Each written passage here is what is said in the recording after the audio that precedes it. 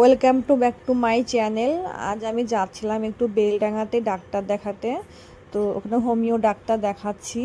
তো আমি ট্রেকারে করে যাচ্ছিলাম, দুই দিককার পরিবেশটা আমি ক্যামেরা বন্দি করলাম। এটা হচ্ছে বেলডাঙাতে আশ্রম, আর এই আশ্রমের সামনে বিকেলে সন্ধ্যার দিকে ফুচকা বিক্রি করে, খেতে খুব সুন্দর লাগে।